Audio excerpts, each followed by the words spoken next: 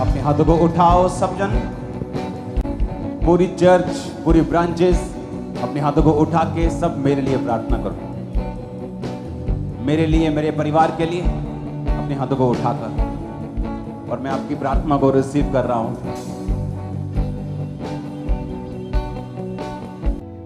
मैं आपकी प्रेयर्स को रिसीव कर रहा हूं। अभी अपने हाथों को उठा के मेरे लिए प्रार्थना करो सब जन। इंतज़ामे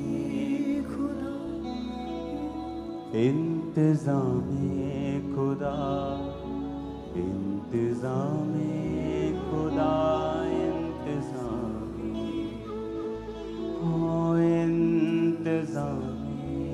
खुदा। अपने हाथों को उठा के बोलो, खुदा बाप तू ही मेरा इंतजाम करने वाला, मेरी जरूरतों को मुहैया करने वाला परमेश्वर। मेरी जरूरतें इस संसार से नहीं, सर्वशक्तिमान की ओर से पूरी होती हैं। हाथों को उठाकर गाओ सब जन।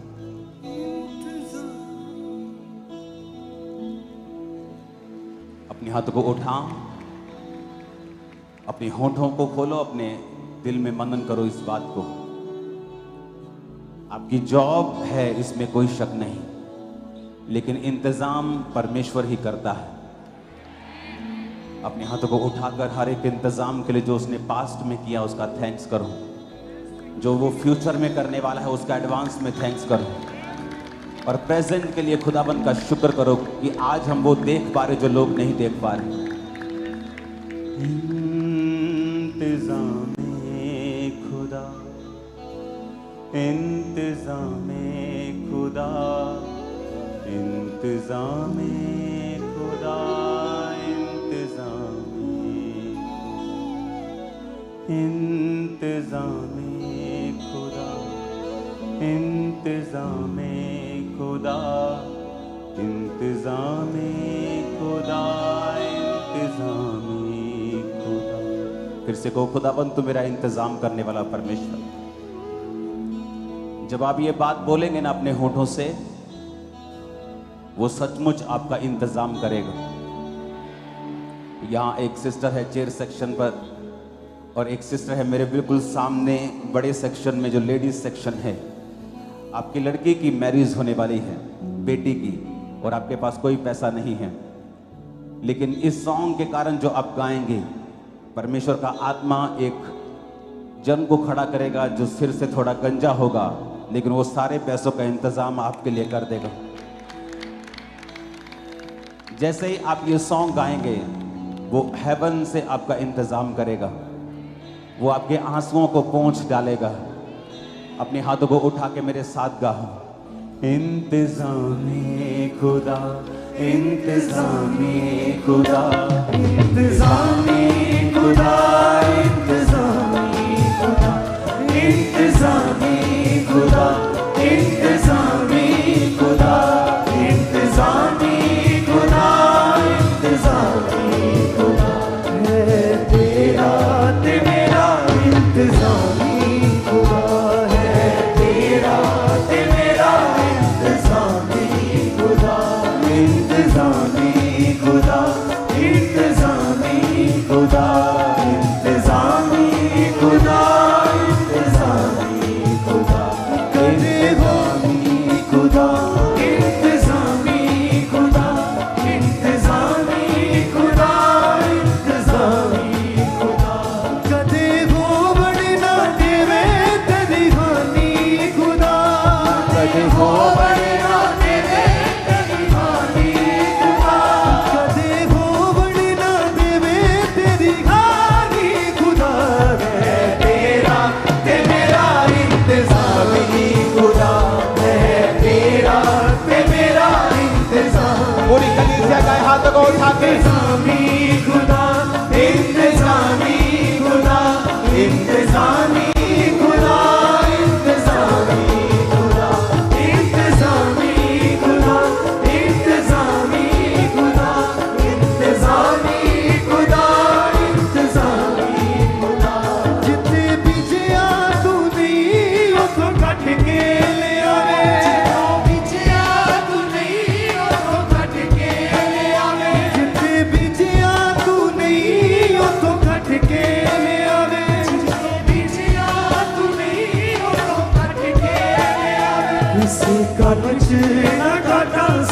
खट के आवे इसे गल च ना घाटा सबों खट के आवे राखी करदा तेरी सुबह शामी खुदा राखी करदा तेरी सुबह शामी खुदा राखी करदा तेरी सुबह शामी खुदा है तेरा ते मेरा इंतज़ामी खुदा है तेरा ते मेरा इंतज़ामी खुदा इंतज़ामी खुदा इंतज़ामी खुदा इंतज़ामी खुदा इंतज़ामी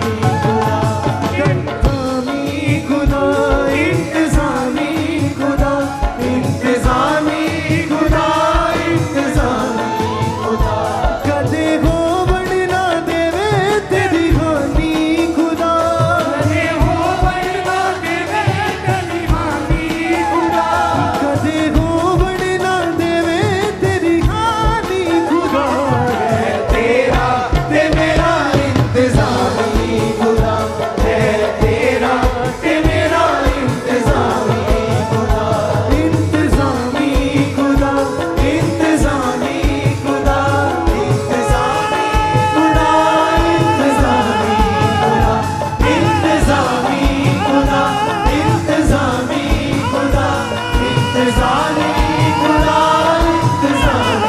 खुदा इंतज़ामी खुदा इंतज़ामी खुदा इंतज़ामी खुदा इंतज़ामी खुदा तेनू भुखा ते गाया कदी लेनी ना देवे तेनू भुखा ते गाया कदी लेनी ना देवे तेनू भुखा ते गाया कदी लेनी ना देवे भुखा ते गाया कदी लेनी ना देवे तंग हाल नाले काल विच पेड़ ना देवे तंग हाल नाले काल विच पेड़ ना देवे तंग हाल नाले काल विच पेड़ सबका तंग हाल नाले काल विच पेड़ ना देवे करे सब कुछ मुहैया होगे दानी खुदा करे सब कुछ मुहैया होगे दानी खुदा करे सब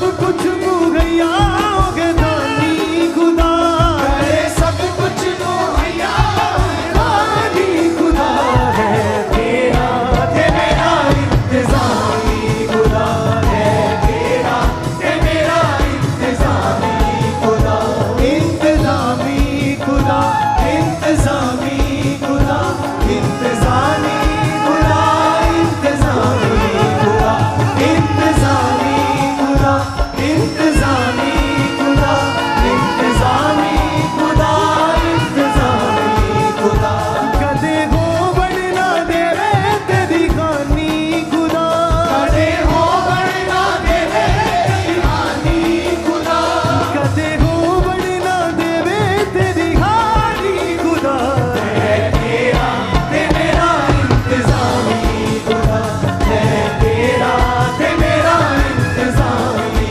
खुदा इंतज़ामी खुदा इंतज़ामी खुदा इंतज़ामी खुदा इंतज़ामी खुदा इंतज़ामी खुदा इंतज़ामी खुदा इंतज़ामी खुदा इंतज़ामी खुदा तेरी हर एक चीज तेरे वास्ते संभाले तेरी हर एक चीज तेरे वास्ते संभाले तेरी हर एक चीज तेरे वास्ते संभाले तेरी हर एक चीज तेरे वास्ते संभाले होते युगा युगा तक तेनू पुत्ता वांग पाले होते युगा युगा तक तेनू पुत्ता वांग पाले होते युगा युगा तक तेनू पुत्ता वांग पाले होते युगा युगा तक तेनू पुत्ता वांग पाले मेरा बनिया साथी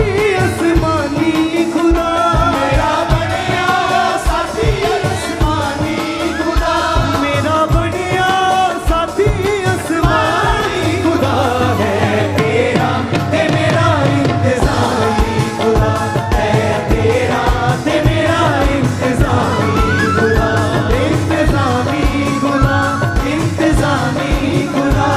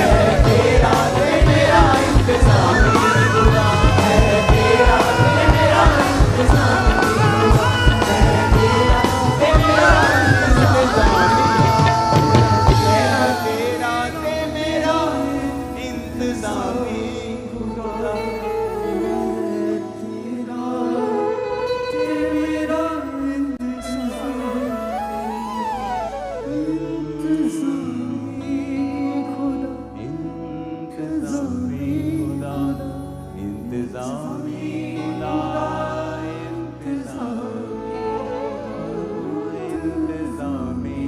खुदा, इंतज़ामी खुदा, इंतज़ामी खुदा, इंतज़ामी खुदा, तेनू भुखा दिखाया कदी रहने ना देवे, तेनू भुखा ते दिखाया कदी रहने ना देवे, तंग हाल नाले काल विच पैण ना देवे, तंग हाल नाले काल विच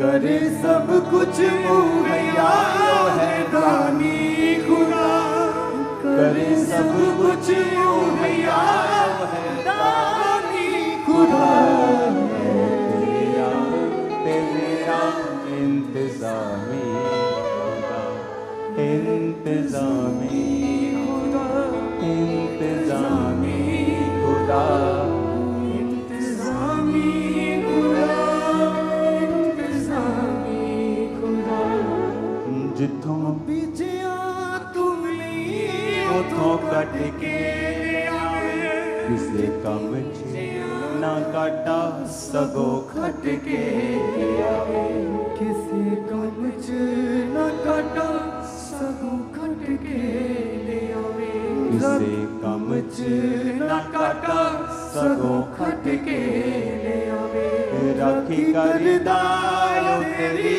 सुबह शामी खुदा, राखी करदा तेरी सुबह शामी खुदा, तेरा ते मेरा इंतज़ामी खुदा, तेरा ते मेरा इंतज़ामी, इंतज़ामी खुदा, इंतज़ामी खुदा, इंतज़ामी खुदा, इंतज़ामी खुदा, इंतज़ामी खुदा, अपने हाथों को उठा,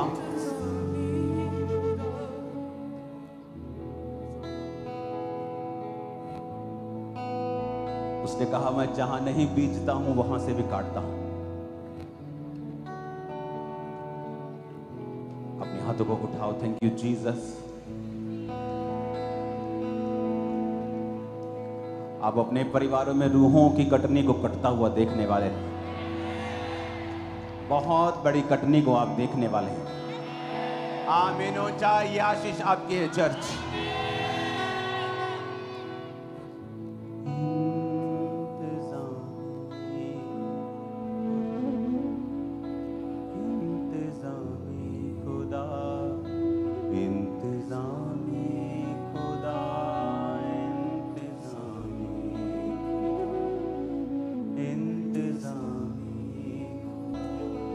अपने हाथों को उठाओ, अपने देश के लिए फिर से हम प्रार्थना करेंगे। अगर आपके हाथ में झंडा नहीं है तो हम स्क्रीन के ऊपर झंडे को देखेंगे। अपने हाथों को उठाओ अपने देश के लिए। पूरी दुनिया हम घूमते हैं, आप घूमते हैं, लेकिन जब आप अपने देश के झंडे को देखते हैं, आप सबसे ज्यादा प्यार के साथ देखते हैं। अपने हाथों को उठा अपने देश के लिए, और जिस भी देश में आप हैं, अगर आप में अपने देश, अपने लोगों के प्रति प्यार नहीं है तो आप एक असली क्रिश्चियन नहीं हैं। परमेश्वर ने जानबूझ के आपको उसी देश में भेजा है ताकि वो देश आपके द्वारा आशीष को पाए। अपने हाथों को उठाओ अपने देश के लिए। आप जिस भी देश से मुझे देख रहे हैं, आप जर्मनी से हैं, आप किसी भी देश से हैं, अपने हाथों को उठाओ। खुदाबंद आपके देश को, मेरे देश को बरकत दे। आने वाले समय के सारे फाइनेंशियल स्ट्रेस को वो खत्म करें।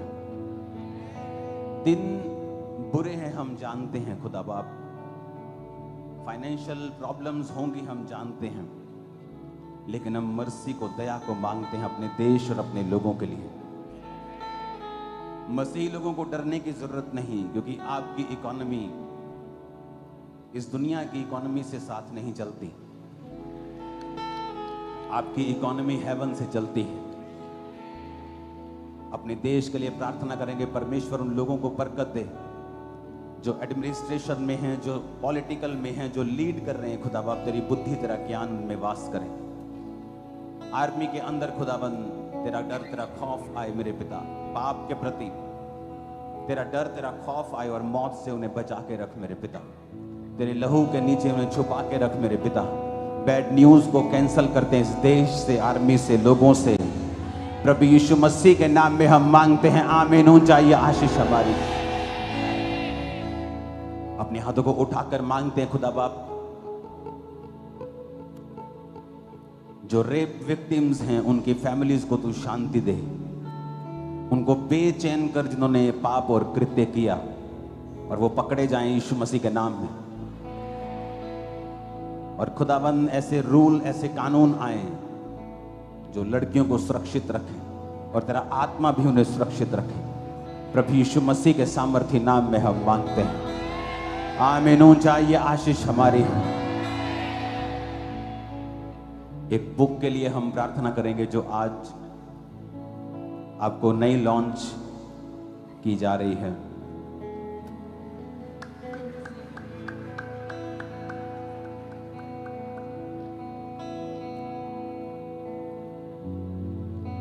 ये सॉन्ग्स की बुक है, चर्च के जितने अभिषिक्त सॉन्ग्स हैं ऑफिशियल, उनकी। अपने हाथों को उठाओ। जब आप मीटिंग्स के लिए जाएंगे, घरों में वर्शिप करेंगे, आप इस बुक को यूज करके जब सॉन्ग्स को गाएंगे, आप अभिषेक को महसूस करेंगे। अपने हाथों को उठाओ। Thank you Jesus. इस बुक पे तेरा मसा उतरे खुदा बाप, और ग्लोरी टू ग्लोरी तू हमें आगे बढ़ा। तेरे जीवित नाम में हम मांगते हैं। अपने घुटनों पे आके अपने हाथों को उठाओ। यीशु मसीह ने कहा, मैं अपने वचन को भेजता और अपने लोगों को चंगा करता हूं। यीशु मसीह से बात करो। अपने हाथों को उठा के, प्रभु आज मेरे कान तेरे वचन के लिए खुले हैं, मैं सुनने के लिए तैयार हूं जो आप कहेंगे। ऊंची आवाज में बात करो परमेश्वर से, आज मैं इस वचन को सुनने के लिए तैयार हूं जो तेरा आत्मा मुझे सुनाएगा। अपने होठों को खोलो, थैंक यू जीसस बोलते हुए।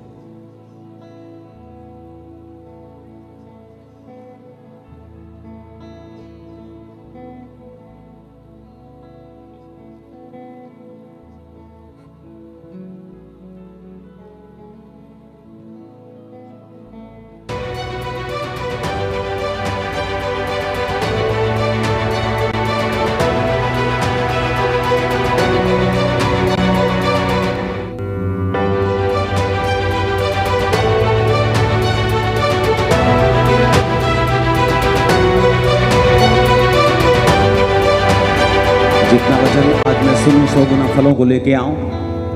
ऊंची आवाज से मांगो परमेश्वर से।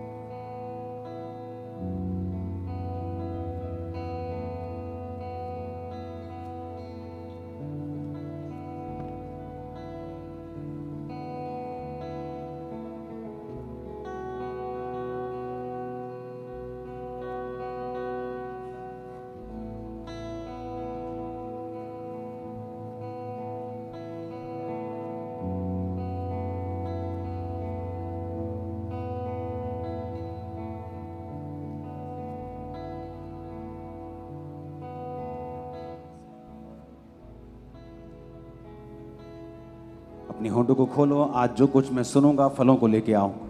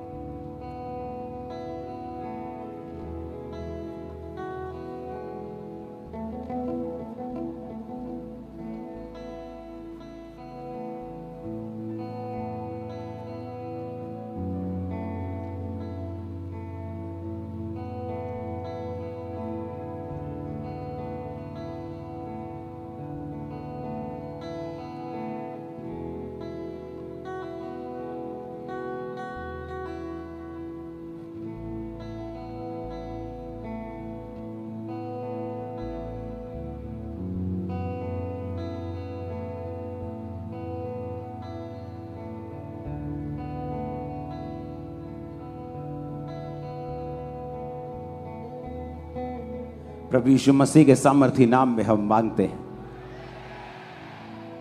एक बार जोर से तारीफ करो खुदावंद की, जोर से। हालेलुया। अपने पड़ोसी को बोलो ध्यान से सुन, क्योंकि विश्वास सुनने से पैदा होता है और सुनना मसीह के वचनों से। आमीन। चाहे आप टेस्टिमनी सुन रहे हो, वो भी एक तरह का वचन है इनडायरेक्टली फॉर्म में। चाहे आप सॉन्ग्स को सुन रहे हो और गा रहे हो, अगर वो सॉन्ग्स पवित्र आत्मा के द्वारा जन्मे हैं, इंसान की उसमें दखल कम है और पवित्र आत्मा की ज़्यादा है, तो वो भी आपकी लाइफ में डिलीवरेंस को पैदा करते हैं और विश्वास को पैदा करते हैं। जब भी आप रियल वर्शिप करेंगे, आप हीलिंग को अपने अंदर आता हुआ देखेंगे, छुटकारे को आता हुआ देखेंगे। हालेलुया। याद रखो, परमेश्वर ने एक हमें स्ट्रक्चर दिया है और उस स्ट्रक्चर के अंदर, एक उस बिल्डिंग के अंदर परमेश्वर ने हमें हर प्रकार की आशीष दी है। अगर मुझे आत्मिक आशीष चाहिए तो जिस तरह आप मॉल में जाते हैं, जो बड़े बड़े मॉल आज खुल रहे हैं, उसमें अगर आप जाएंगे आपको दुनिया का हर सामान मिलता है। आपको मेकअप का सामान चाहिए मिलता है, आपको कपड़े चाहिए मिलते हैं, आपको घड़ियां चाहिए मिलती हैं, आपको शूज़ चाहिए, आपको बच्चों के कपड़े चाहिए, आपको दुनिया की हर चीज़ उसके अंदर, मोबाइल से लेके, सुई से लेके, धागे से लेके, गाड़ियों से लेके, सब कुछ वहाँ मिलता है। तो परमेश्वर ने एक ऐसा स्ट्रक्चर, एक ऐसा स्पिरिचुअल मॉल हमारे लिए बनाया है कि उसके अंदर सारी चीज़ें हैं। उसके अंदर आत्मिक आशीष है, उसके अंदर शारीरिक ब्लेसिंग्स हैं। अगर आप देखेंगे बाइबल में, तो परमेश्वर ने अब्राहम को सिर्फ आत्मिक आशीष देने का वायदा नहीं किया। परमेश्वर ने अब्राहम को दुनियावी और आत्मिक दोनों आशीषें देने का वायदा किया है, क्योंकि ये दुनिया जो बनाई है, ये शैतान ने नहीं बनाई, ये परमेश्वर ने बनाई है। और इस दुनिया की सारी आशीषें जो हैं, जो परमेश्वर ने बनाई है। जब परमेश्वर ने सोना धरती पर बनाया, तो शैतान ने नहीं बनाया, वो परमेश्वर ने बनाया है। जब मैं अफ्रीका में था, तो सोने की खदानों को जब मैं देखने के लिए गया, तो मिट्टी में छुपा होता है सोना, चट्टानों में छुपा होता है। आप उस मिट्टी को निकालते हो, आप पानी के अंदर लेके जाते हो, आप उसे छानते हो, मिट्टी अलग हो जाती है, सोना अलग हो जाता है। ये सारी चीजें परमेश्वर ने बनाई हैं। तो परमेश्वर ये चाहते थे, अब्राहम से ये बात हमें मालूम होती है कि एक इंसान जो परमेश्वर को मानने वाला है, वो दोनों आशीषों में भरपूर हो, वो आत्मिक आशीषों में भी भरपूर हो और वो दुनियावी आशीषों में भी भरपूर हो। इसलिए प्रभु यीशु मसीह ने यह भी कहा था कि अगर तू पूरी दुनिया को हासिल कर लेगा और अपने प्राण को खो देगा, तो तुझे क्या हासिल होगा। यानी अगर दुनिया की आशीषें तेरे पास आ जाएं, लेकिन आत्मिक तू अंधा हो और नरक का भागी बन जाए, तो तेरे उस दुनिया में धन कमाने से कोई भी फायदा नहीं होगा। लेकिन बाइबल यह भी कहती है कि परमेश्वर ने हमसे वायदा किया है कि वो आत्मिक और शारीरिक हर प्रकार की आशीषें हमें देगा। तो वो देगा कैसे? तो उसके लिए परमेश्वर ने वचन को लिखा, परमेश्वर ने वचन को बनाया। वचन में ये लिखा है कि परमेश्वर को क्या पसंद है, किस घटना के ऊपर परमेश्वर ने क्या रिएक्शन दिया, किस तरह से परमेश्वर नाराज हुआ, किस तरह से परमेश्वर खुश हुआ, किस तरह से लोगों ने बरकत पाई, किस तरह से लोगों ने अपनी बरकत को खोया, सब बाइबल में लिखा हुआ है। नहीं तो आज ये हजारों साल पुरानी जो पुस्तक है, हमें पढ़ने की जरूरत नहीं है। जब कुछ लोग क्रिश्चियन लोगों को पूछते हैं, आपने बाइबल पढ़ी हुई है? हाँ, मैंने बाइबल पढ़ी हुई है, सारी बाइबल पढ़ी हुई है। सन 1987 में मैंने सारी बाइबल पढ़ी हुई। उन्हें यह समझ नहीं आता कि परमेश्वर ने वचन इसलिए लिखा है कि अपनी रोज की जिंदगी में हम इसे लागू कर सकें, और ये वचन ही हमारी हेल्प करता है, और ये वचन ही हमें रोशनी देता है कि हमें अपने बिजनेस में, अपनी हाउस में, अपने घर में, अपनी डेली लाइफ में हमें किस तरह से जीना है, किस तरह से हम जयवंत जीवन जी सकते हैं, सक्सेसफुल जीवन जी सकते हैं, बिना स्ट्रेस, बिना स्ट्रगल के भी हम अपनी लाइफ को बिता सकते हैं। ये सारा कुछ वचन में लिखा हुआ है। इसलिए एक बार बाइबल पढ़ लेने से, या बाइबल आपने सुनी हुई है, या आपने बाइबल का कोर्स किया है, या आपने पास्टर का कोर्स किया हुआ है, ये आपको एलिजिबल नहीं करती कि आप परमेश्वर के नजदीक हैं या आप परमेश्वर के वचन को जानते हैं। या करंट परिस्थिति में आपके रिलेशन परमेश्वर के साथ स्ट्रांग है और आप उसकी विल को जो अभी आपकी लाइफ में है आप समझते हैं, वो तभी हो सकता है अगर आप रोज परमेश्वर के साथ अपने संबंधों को कायम करें। तो थर्सडे कौन कौन आया था, वीरवार कौन कौन आया था, कौन कौन नहीं आया, हाथ खड़ा करो। तो थर्सडे का वचन जरूर सुनना घर जाके। उसमें मैंने एग्जाम्पल दिए कि किस तरह से मैंने जब इंजीनियरिंग के एग्जाम दिए थे तो एंट्रेंस एग्जाम होते थे, तो जो नंबर जिसके ज्यादा आते थे उसको सीट मिलती थी, जिसके कम आते थे उसको पेड सीट मिलती थी। पेड सीटें भी थोड़ी होती थी, सिर्फ कुछ ही सीटें होती थी। तो जब मैंने एग्जाम दिए इंजीनियरिंग के एंट्रेंस के, तो मेरा पंजाब में कुछ 100 में रैंक आया, बड़ा हाई बढ़िया रैंक आया। तो मुझे फ्री सीट गवर्नमेंट ने दी थी और मैं फ्री पढ़ा हूँ इंजीनियरिंग, सिर्फ 200 रुपये महीना फीस थी। लेकिन जब मेरे बाकी दोस्त थे वो फेल हो गए थे, और जब मैं कॉलेज गया तो वहाँ पे 1.5 लाख 90 हज़ार 1.25 लाख रुपए दे के भी लोगों ने एडमिशन हासिल की थी। उसे पेड सीट बोलते थे। तो आत्मिक जिंदगी भी ऐसी ही है। अगर तो परमेश्वर के साथ हम अपने संबंधों को कायम कर लेंगे और जल्दी कर लेंगे। अगर आज आप यूथ हैं और सिर्फ मम्मी के कहने पे चर्च में बैठे हैं कि आपका परिवार चर्च में आया है, सिर्फ आप इसलिए चर्च में हैं और आप सोचते हैं कि आपको परमेश्वर की जरूरत नहीं है, तो ऐसा नहीं है। एक टाइम आएगा जब आपकी शादी होगी, एक समय आएगा जब आप थोड़ा उम्र के हो जाएंगे, फिर वही कोर्स जो अभी मैं आपको बता रहा हूं कि परमेश्वर के साथ अपने संबंधों को कायम कर लो, वही कोर्स आपको फिर करना पड़ेगा, लेकिन ज्यादा मुसीबतों के साथ करना पड़ेगा। जब आपका हस्बैंड चेंज नहीं होगा, आपकी घुटनों पे आने के बावजूद भी, आपके भीख मांगने के बावजूद भी, आपकी वाइफ का स्वभाव नहीं बदलेगा, आपकी फाइनेंस नहीं बदलेंगे, कर्जे नहीं बदलेंगे, क्योंकि जो कोर्स आपको जवानी में करना चाहिए था और जो आपको फ्री में मिल जाता, इतना संघर्ष जीवन में नहीं होता, आपने तब उसको रिजेक्ट कर दिया, आप पढ़े नहीं। और उन बच्चों की तरह जो मेरे साथ थे और पेड सीट पे देके, पैसे लाखों रुपए देके सीट को हासिल किया था, फिर आप उनमें आ जाएंगे कि आप वही कोर्स करेंगे जो पहले फ्री मिल रहा था, लेकिन बाद में ज्यादा चिंता, ज्यादा आंसुओं के साथ और ज्यादा संघर्ष के साथ। तो कोर्स तो करना ही पड़ेगा, ये तो पक्की बात है, इसको तो अवॉइड नहीं कर सकते आप, क्योंकि वचन कहता है कि थोड़े थोड़े सालों के बाद अकाल हमेशा पृथ्वी पे आया है। कभी कोविड के रूप में, कभी विश्व युद्ध के रूप में, कभी बीमारियों के रूप में, कभी महामारियों के रूप में। तो ये आपको मेक श्योर करना पड़ेगा कि आपके संबंध जो परमेश्वर के साथ हों वो मजबूत हों। ऊंची आवाज में हालेलुया बोलो। अब एक बात हमें समझने की जरूरत यह है कि परमेश्वर ने एक स्ट्रक्चर जो बनाया है उसको हम तोड़ नहीं सकते। उसी स्ट्रक्चर में रहकर ही हम आशीष को हासिल कर सकते हैं। और परमेश्वर इमोशनल नहीं, वो स्पिरिचुअल है। अगर वो इमोशनल होता तो दुनिया का हर रोने वाला बंदा आशीष पा जाता, कि परमेश्वर कहता देख भी कितना रोकर प्रार्थना कर रहा है। तो कई लोग समझते हैं कि अगर मैं रोकर प्रार्थना करूंगा तो मैं जल्दी परमेश्वर को अपना लूंगा। ऐसे तो सभी बहनें जो हैं वो जीत जाएंगी, वो रो रो कर प्रार्थना कर लेंगी और बंदों को रोना नहीं आएगा। कहते रोती हुई औरत और हंसता हुआ आदमी, इन दोनों पे कभी यकीन नहीं करना चाहिए, क्योंकि औरत झूठ बोलते हुए रो सकती है और आदमी हंसता हुआ वो सह सकता है जो अंदर से चाहे वो रो रहा हो। लेकिन जो स्ट्रक्चर परमेश्वर ने बनाया उसे ध्यान से समझने की जरूरत है। परमेश्वर ने कहा अब्राहम अपने पिता, घर, कुटुंब, परिवार, एरिया सब छोड़ के मेरे पीछे आ जा और मैं तुझे आशीष दूंगा। और वचन ये कहता है कि अब्राहम को एक मिस्टेक उसने की, लूत को भी वो साथ ले आया, जबकि परमेश्वर ने लूत को बुलाया नहीं था। इस कारण लूत उसके साथ था, तो लूत को भी परमेश्वर ने आशीषित किया। जब एक कोयला अंगीठी में चला जाता है, बलती हुई अंगीठी में चला जाता है, वो भी बलने लगता है, वो भी आग पकड़ लेता है और गर्म हो जाता है।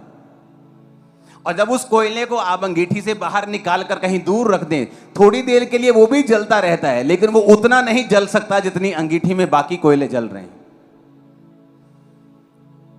तो लूत जब आशीषित हो रहा था, उसे लग रहा था कि वो भी अब्राहम की तरह ही विजडम वाला बंदा है, उसको भी परमेश्वर ने बरकत दी है और वो भी आशीषित हो रहा है।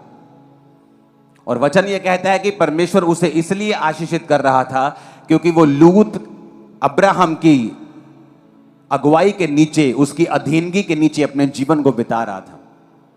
और एक दिन बाइबल कहती है लूत और अब्राहम के चरवाहों में झगड़ा हुआ और अब्राहम ने बुलाकर कहा, लूत ये अच्छी बात नहीं कि तुम झगड़ा करो, इसलिए तुम चले जाओ, लेकिन मैं ये चाहता हूं कि तुम जिस जगह को चुन लोगे पहले तुम चुन लो, फिर बाद में मैं चुनूंगा।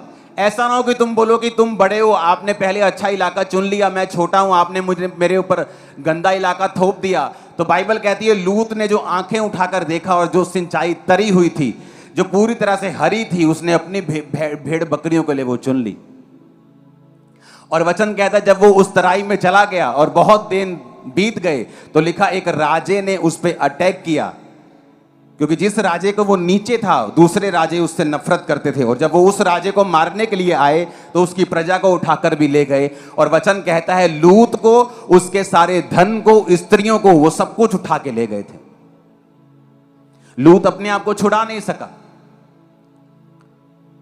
और वचन कहता है कि लूत में और उसके जो अब्राहम के चरवाहे थे उनमें झगड़ा हुआ।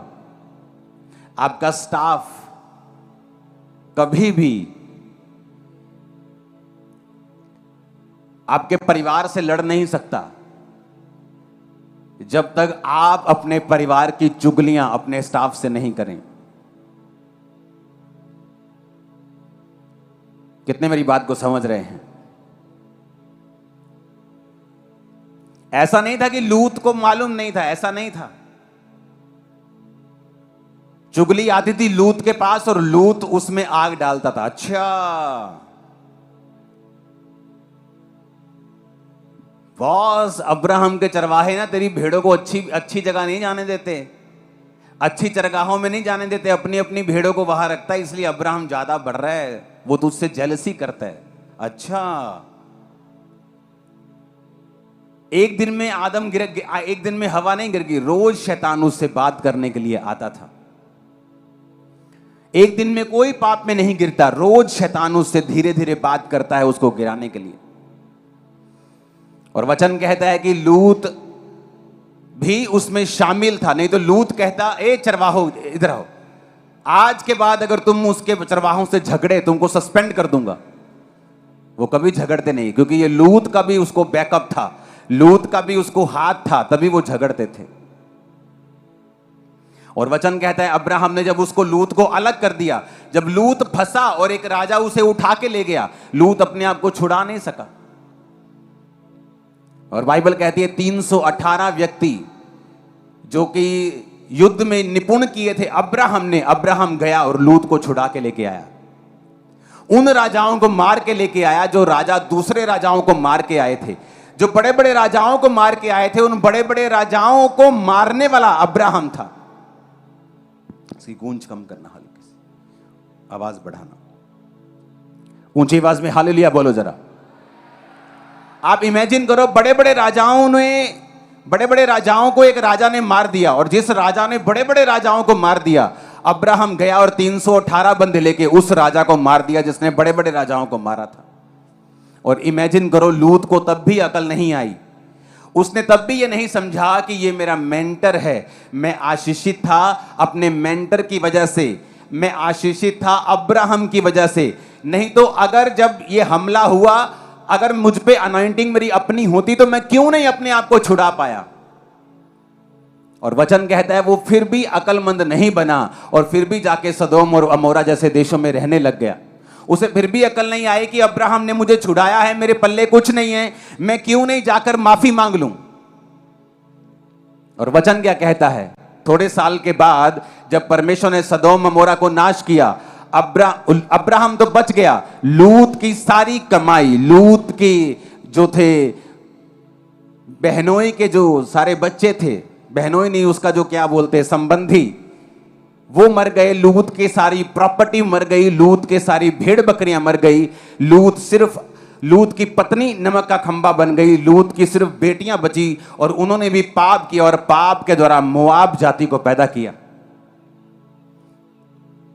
कितना महत्व है एक क्रिश्चियन व्यक्ति की लाइफ में कि वो एक अनॉइंटेड अम्ब्रेला के नीचे रहे, एक अनॉइंटेड संगति के नीचे रहे, एक मेंटर के नीचे रहे, ताकि परमेश्वर उसे ब्लेस कर सके। मैं हजारों लोगों को जानता हूं ऐसे, जितना उनके मेंटर ने उन्हें ब्लेस किया था, आज से 6 साल 8 साल पहले आज भी वही कुछ उनके पास है और कुछ नहीं है उनके पास।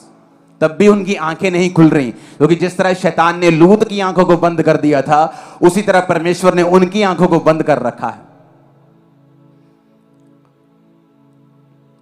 जब लूत को यह बात समझ आई कि जो आशीष मेरी लाइफ के ऊपर थी वो अब्राहम की वजह से थी, नहीं तो जब सदोम और अमोरा नाश हुए और परमेश्वर ने अब्राहम को दर्शन देके कहा कि जो बात मैं कर रहा हूं क्या अब्राहम से छुपा के रखूं, लूत को क्यों नहीं कहा?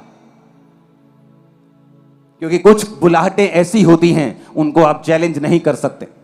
बाइबल कहती है मूसा ने जब शादी की तो बाइबल कहती है कि मूसा की बहन और उसके भाई ने उसका विरोध किया। वो भी नबी थे, परमेश्वर उनसे बात करता था, लेकिन जब उन्होंने मूसा का विरोध किया, परमेश्वर ने उसकी बहन मरियम को कोड़ी कर दिया। और वचन कहता है कि वो 7 दिन तक कोड़ी रही। सिर्फ हारून के कहने पर उसका जो पनिशमेंट थी वो जल्दी माफ कर दी गई, नहीं तो वो जल्दी माफ भी ना होती। हालेलुया। तो परमेश्वर ने बताया कि तुम मेरी मैनेजमेंट के साथ कभी लड़ नहीं सकते। जो मैंने मैनेज किया है, जो मैंने बढ़ाया है, जो मैंने ऊंचा किया है, जिसको मैंने स्थापित किया है, तुम कभी भी उसके खिलाफ जाकर कामयाब नहीं हो सकते, क्योंकि वो मेरा ठहराया हुआ है। अगर वो कोई गलती करेगा तो मैं उसके साथ सीधा कांटेक्ट करके उसको सीधा करूंगा, लेकिन तुम्हें उसको सीधा करने नहीं दूंगा। जिस तरह पंजाबी में कहते हैं कि मां मार लेंदी है पर मारन, बोलो मारन, पता है ना कहावत का कि मां मार तो लेती अपने बच्चों को जितना मर्जी वो गलत हो, लेकिन मारने नहीं देती दूसरे किसी को। उसी तरह से परमेश्वर अपने अभिषिक्तों को मार लेता है, खुद सीधा कर लेता है, लेकिन किसी को वो सीधा करने नहीं देता। और परमेश्वर ने एक स्ट्रक्चर ठहराया है, उस स्ट्रक्चर के बाहर जाकर आप आशीष नहीं ले सकते। आप जितनी मर्जी आप वचन के सहारे ले लो, आप जो मर्जी कर लो, जो परमेश्वर ने ठहराया है आप उसे कट नहीं कर सकते, आप उसे कैंसिल नहीं कर सकते, आप उसे रिप्लेस नहीं कर सकते। वो खुद बंदा अपने आप को रिप्लेस कर ले पाप के कारण तो वो अलग बात है, लेकिन कोई व्यक्ति उसे रिप्लेस नहीं कर सकता, परमेश्वर ने जिसको ठहराया है। आज बहुत सारी कलीसियाएं आशीषित इसलिए नहीं है क्योंकि उनका एक मेंटर नहीं, हर जगह जाती, हर मीटिंग में जाती, हर जगह जाती, हर वचन को सुनती, हर प्रचार को सुनती, कंफ्यूज रहती, कहीं एक जगह टिक के नहीं रह पाते। वो कंपेयर करने लग जाते हैं एक को दूसरे से, दूसरे को तीसरे से, और उन्हें ये नहीं मालूम होता कि हो सकता है तुम्हारा मेंटर परफेक्ट ना हो, लेकिन उसकी अनॉइंटिंग परफेक्ट है जो उसके सिर पे परमेश्वर की मंडरा रही है। और जो परमेश्वर ने उसको विजडम दी है, जो काम दिया और कॉलिंग दी है, वो परफेक्ट है और उस काम में वो जाएगा और आशीषित होगा, और जो लोग उसके साथ और नीचे होंगे वो भी आशीषित होंगे। कितने इन बातों को समझ रहे हैं? इसलिए बाइबल कहती जब एलिया ने एलीशा को कहा कि चला जा, मुझे तेरी जरूरत नहीं, वचन कहता कि वो और किसी चेले के पास नहीं गया कि ठीक है तू अगर प्रॉफिट है तो मैं किसी और के पास चला जाऊंगा, लेकिन वचन कहता उसने कहा तेरी शपथ यहोवा की शपथ मैं तुझे नहीं छोड़ूंगा, क्योंकि परमेश्वर ने जो मुझे आशीष देनी है वो तेरे द्वारा ही देनी है। और बहुत से लोग स्पिरिचुअल महत्व को नहीं समझते हैं, बहुत से लोग स्पिरिचुअल वैल्यूज को नहीं समझते हैं, बहुत से लोग इस पेड़ को, इस मैनेजमेंट को नहीं समझते हैं जो परमेश्वर ने ठहराई है। इसलिए बाइबल कहती है भविष्यद्वक्ताओं और प्रेरितों की नींव के ऊपर, बाइबल कहती है प्रेरितों और भविष्यद्वक्ताओं की नींव के ऊपर तुम्हारी कलीसिया का जो नींव है वो प्रेरितों और भविष्यद्वक्ताओं के ऊपर रखी गई है। हालेलुया। वचन कहता है उचित समय के ऊपर परमेश्वर तुम्हें बढ़ाएगा, लेकिन उससे पहले कहता दीनता से उसके बलवंत हाथ के नीचे रहो। इस दुनिया की अगर सबसे ग्रेटेस्ट बुक मैं किसी को मानता हूं, बाइबल एक सिंपल बुक नहीं है, ये तो हमारा एक पवित्र मुंह है परमेश्वर का, ये तो बोल है परमेश्वर। इस दुनिया की सबसे greatest book, one of the greatest मैं मानता हूं बाइबल को, डेक बाइबल को। डेक बाइबल ऐसी बाइबल है जहां पर आपको 99% चीजें आपको परफेक्ट मिलती हैं। और डेक बाइबल जिसने लिखी है वो एक बुजुर्ग बंदा है और सालों से एक ही चर्च का मेंबर है, और जस्ट छोटी सी वो चर्च, और परमेश्वर ने उसे बरकत दी। ये नहीं कि उसने डेक बाइबल लिख दी तो अपने आप को पास्टर से भी ऊंचा समझने लग जाए। डेक बाइबल लिखते लिखते भी वो कहता है कि मैं अपने पास्टर की अगुवाई को लेता था। बाइबल एक बात हमें बताती है कि परमेश्वर ने जो स्ट्रक्चर बनाया, अगर हमें आशीष लेनी है और फाइनेंस में बढ़ना है, प्रार्थना काम नहीं करेगी। हमें अपने बीजों को बोना पड़ेगा, हमें टाइट में वफादार रहना पड़ेगा। मैंने बहुत से अपनी लाइफ में छुटकारों को पाया है, सिर्फ प्रार्थना से नहीं, बीजों से भी। मैं और मेरी वाइफ ने इस बात को हमने प्रैक्टिकली नोटिस किया है। हमने घर में हमारी एक छोटी सी वेदी है, जब कोई काम अड़ता है या शैतान हमारे सामने खड़ा होता है, उस वेदी पर हम बोना शुरू करते हैं, परमेश्वर हम रोज इतने रुपयों को बो रहे हैं, क्योंकि ये हमारी मन्नत है कि इस चीज से हमें छुटकारा दिया जाए। जब रोज उस चीज के लिए हम बीजों को बोना स्टार्ट करते हैं, जल्दी छुटकारा हमारे पास होता है, क्योंकि परमेश्वर ने एक स्ट्रक्चर हमें दिया है। जब उस स्ट्रक्चर के नीचे होकर हम प्रार्थना करते हैं और बोते हैं, हम पक्का छुटकारा पाते हैं अपनी लाइफ। इसलिए मैं तो कहता हूं परमेश्वर इमोशनल नहीं है, वो स्पिरिचुअल है। इसलिए परमेश्वर ने लूत को ये नहीं देखा कि ये भी मेरा बंदा है, ये भी मेरा बच्चा है, तो मैं इसको छुड़ा लूं। लेकिन वचन कहता है अगर आप में वो मसा नहीं है तो परमेश्वर आपके साथ नहीं होता उस असाइनमेंट के विषय में या उस घटना के विषय में जो लूत के साथ हुई। और बाइबल कहती है उस राजा उसे बंदी बना के ले गए, तब लूत अपने मसे से अपने आप को छुड़ा नहीं पाया। छूटने के लिए फिर उसे अब्राहम का साथ चाहिए था, छूटने के लिए फिर उसे अब्राहम की अनॉइंटिंग चाहिए थी, और फिर वो अब्राहम के कारण ही छूटा। लेकिन फिर भी अकल नहीं आई कि अब्राहम को बोले कि मुझसे गलती हो गई, मैं आपके कारण आशीषित हुआ था, आप मुझे जहां रखेंगे मैं रखने के लिए तैयार हूं। ऊंची आवाज में हालेलुया बोलो। कैसे आप आशीषित होते हैं?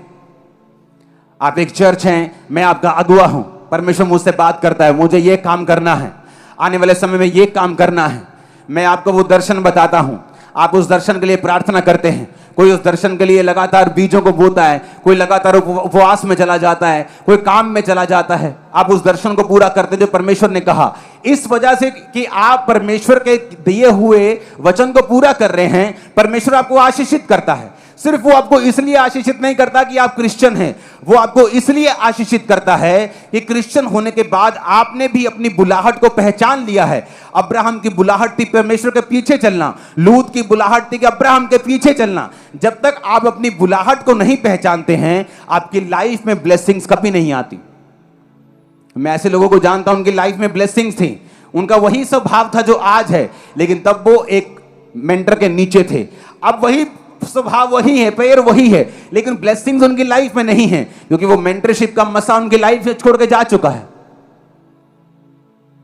जब एक अंगीठी में से कोयला निकाल दिया जाता है, कोयले को लगता है मैं तो अंगीठी में से निकल गया, अभी भी गर्म हूं, लेकिन जब वो ठंडा होता है उसे मालूम होता है कि मैं अंगीठी में था, जब मैं उस धधकती हुई भट्टी में था मैं गर्म था, लेकिन जब मैं उस संगति से निकला हूं अब मैं ठंडा हो गया। और शैतान बड़ी कोशिश करता है आपको संगतियों से दूर करने की, बड़ी कोशिश करता है जीवित चर्च से आपको दूर रखने की। कहीं ना कहीं वो किसी वॉलंटियर का दिमाग खराब कर देगा, वॉलंटियर आपके साथ बहस कर लेगा, कभी वो आपका दिमाग खराब कर देगा, वॉलंटियर के साथ बहस पड़ेंगे, क्योंकि वो जीवित चर्च में ही ऐसे कामों को क्यों करने की कोशिश करता है? क्योंकि उसे मालूम है कि आपकी ब्लेसिंग जो है वो अनॉइंटिंग के नीचे है, वो जीवित चर्च के नीचे है जिसपे परमेश्वर का मसा है।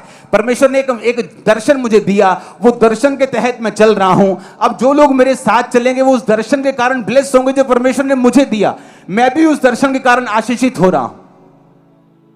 आज तक कोई दुश्मन जीत नहीं पाया, कोई कब्जा नहीं कर पाया, कोई हमें शर्मिंदा नहीं कर पाया।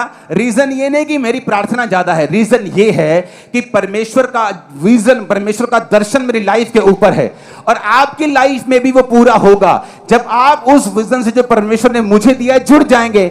मैं आपको भविष्यवाणी कर रहा हूं, कोई दुश्मन आपको शर्मिंदा नहीं कर पाएगा अगर आप इस दर्शन, इस सेवकाई के नीचे हैं। कोई शैतान आपको शर्मिंदा नहीं कर पाएगा अगर आप इस विजन के नीचे। मैंने कहा आमीन। मेरे को ऊंचे वाला चाहिए चर्च।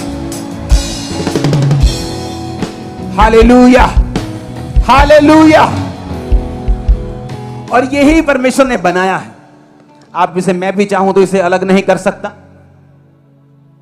मैं चाहूं कि प्रभु मुझे सेवा नहीं करनी, मैं बिजनेसमैन बन जाता हूं, करोड़ों रुपया कमाऊंगा तभी चर्च को सपोर्ट करूंगा, तो परमेश्वर का नहीं, उस स्ट्रक्चर में मैंने तुझे नहीं बनाया। तेरी बुलाहट अलग है।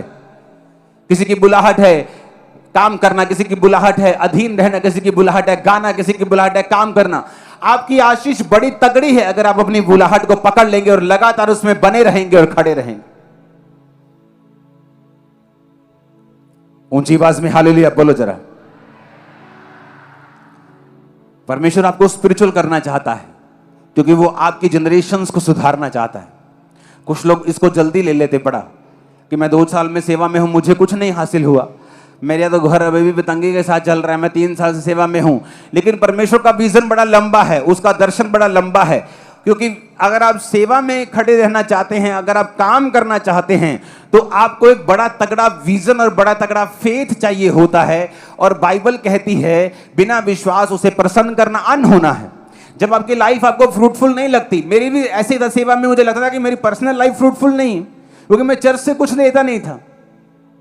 लेकिन किस चीज ने मुझे संभाल के रखा कि बाइबल कहती है हियाव बांध दृढ़ है क्योंकि मसीह में की गई मेहनत कभी भी व्यर्थ नहीं जाती। इस वचन ने मुझे संभाल के रखा कि प्रभु में की गई मेहनत व्यर्थ नहीं जाती। मैं किसी इंसान के लिए मेहनत नहीं कर रहा हूं, मैं परमेश्वर के लिए मेहनत कर रहा हूं। और परमेश्वर कहता है, कोई इंसान नहीं कह रहा जो भूल जाएगा मुकर जाएगा, परमेश्वर कह रहा है कि उसमें की गई मेहनत व्यर्थ नहीं जाती। ऐसा ही हुआ, परमेश्वर ने मुझे ब्लेस किया, मेरी मेहनत को व्यर्थ नहीं किया।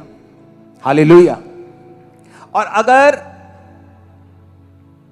आप उत्पत्ति की पुस्तक को मैं पढ़ रहा था, उसकी 10 आयत में लिखा है, हाम के पुत्र कूस, मिस्र, फूत और कनान। कौन था ये हाम? ये वही बेटा था नूह का जिसने अपने पिता को नंगा देखा था और अपने दोनों भाइयों को आगे बताया कि डैडी नंगा पे आए थे। उन्होंने कहा तू को वेख्या भी नंगा ओनू, लो नंगा पे आ, मैं वेख्या ओनू, वो शराब पी के नंगा पे आओ थे। और बाइबल कहती 2 बड़े भाई जो मूर्ख नहीं थे, आंखों के ऊपर कंट्रोल था, पीछे की ओर मुंह करके गए और वो तौलिया, वो कपड़ा पिता के नंगेपन के ऊपर ढांप दिया उसकी बॉडी को। पिता उठा, दोनों भाइयों ने बताया कि हाम ने तुझे नंगा देखा। उसने कहा हाम का वंश कनान श्रापित हो, शेम के दासों का दास, मेरे बड़े बेटे के दासों का दास इसका वंश बन जाए। उसने ऐसा श्राप हाम को दिया। स्पिरिचुअल लाइफ में एक मोड़ आता है। आप चल रहे होते हैं ना, ट्रेन के 2 ट्रैक चल रहे होते हैं, आगे जाके थोड़े थोड़े टेढ़े होते हैं, थोड़ा सा टेढ़ा ये, थोड़ा सा टेढ़ा ये, पर उनकी मंजिल जमीन और आसमान का फर्क होता है। एक गुजरात पहुंच रहा होता है तो एक बंगाल पहुंच रहा होता है। लेकिन जब अलग हुए थे तो थोड़ा सा ही एंगल फर्क पड़ा था। जब स्पिरिचुअल लाइफ से कोई गिरता है तो एकदम से उसके ऊपर कोई मौत नहीं आ जाती। हो सकता है वो वैसे ही चल रहा हो जैसा पहले चल रहा था, उसकी कारें भी वैसी हैं, उसकी बरकत भी वैसी है, लेकिन समय लगता है। जिस तरह अंगीठी में से कोयला निकालो तो ठंडा होने में टाइम लगता है। और वचन कहता है 13 आयत में लिखा, मिस्र के वंश में लूदी, अनामी, लहाबी, नप्तूही, पत्रूसी, कसलूही, कप्तोरी, कसलूहियों में से पलिश्ती लोग निकले। बड़े ध्यान से सुनने वाला वचन है ये।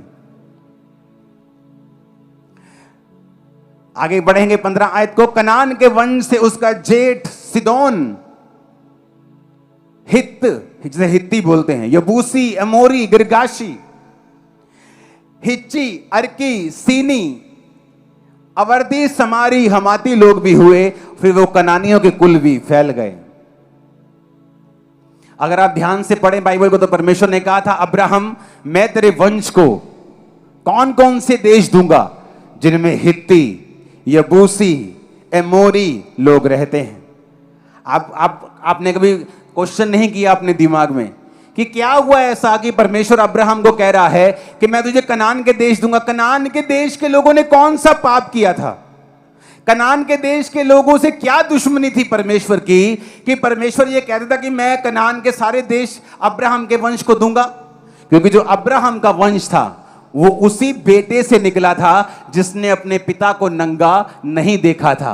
और कनान के सारे वंश जिसे परमेश्वर ने देने का वायदा किया था, वो उसी बेटे से निकले थे जिसने अपने बाप को नंगा देखा था। इतना फर्क कि परमेश्वर ने पूरी जनरेशन श्रापित कर दी जिन्होंने परमेश्वर की सेवा को छोड़ा, जिन्होंने परमेश्वर के हुक्मों को तोड़ा, जो पवित्रताई में जिन्होंने परमेश्वर को फॉलो नहीं किया। पूरे के पूरे वंश को, पूरी की पूरी जनरेशंस को, देशों को परमेश्वर ने श्रापित कर दिया और अब्राहम के वंश को दे दिया। इसलिए मैं कहता हूं, जब आप स्पिरिचुअल लाइन पे चलते हैं, आपको जल्दी नहीं करनी, क्योंकि परमेश्वर आपके वंशों को सोच रहा है, आपको वंशों को आशीषित करने के बारे में सोच रहा है, सिर्फ वो आपके बारे में नहीं सोच रहा। अगर आप स्पिरिचुअल लाइन में चलेंगे, परमेश्वर के पीछे चलेंगे, आप देखेंगे लंबा समय के बाद, 10 साल, 20 साल, 30 साल के बाद, कि एक गहरा और एक बड़ा, आसमान के जितना गहरा बेनिफिट और फायदा आपको और आपके परिवार को हुआ है, और वो नजर आएगा। ऐसा नहीं हो सकता। मैंने लोगों को देखा है जो मसीह में आए, लेकिन वो इतने आशीषित नहीं थे, लेकिन उनकी वफादारी परमेश्वर के साथ बनी हुई थी। गरीबी में टाइट देना, हर चीज में बने हुए थे। परमेश्वर ने उनके वंश को ब्लेस किया, फौरन में सेट किया, इतना अमीर किया, आशीषित किया, जितना वो सोच नहीं सकते थे। हो सकता वो कभी भी ऐसा ना कर हो पाता अगर वो व्यक्ति परमेश्वर में ना होता तो। लेकिन ये लंबी रेस है, ये छोटी रेस नहीं है, ये शॉर्टकट नहीं है। और बाइबल कहती है, अगर परमेश्वर हमें कोई काम करने के लिए कहता है, कोई स्ट्रक्चर उसने बनाया है, तो वो हमारे फायदे के लिए। ऊंची आवाज में हालेलुया बोलो। और अगर हम उस स्ट्रक्चर को मानते हैं, अगर हम परमेश्वर के वचन को मानते हैं, हम उस स्ट्रक्चर के साथ कभी भी फाइट नहीं करेंगे। आप अगर आप फाइट करेंगे, आप शर्मिंदा होंगे, आप नोटिस करेंगे। जिसे परमेश्वर ने ठहरा दिया और जिसे चर्च ने ठहरा दिया, अगर आप उसके साथ फाइट करेंगे, वो आप शर्मिंदा होंगे। आप चाहे गलत हो सही हो, ये बाद में देखा जाएगा, क्योंकि उसके साथ डील करना परमेश्वर का काम है, आपका नहीं। परमेश्वर ने कहा, अगर मूसा ने गलती की तो ये मेरा काम है उसके साथ डील करना, तुम्हारा नहीं। अब तुम श्रापित रहोगे और कोड़ी रहोगे।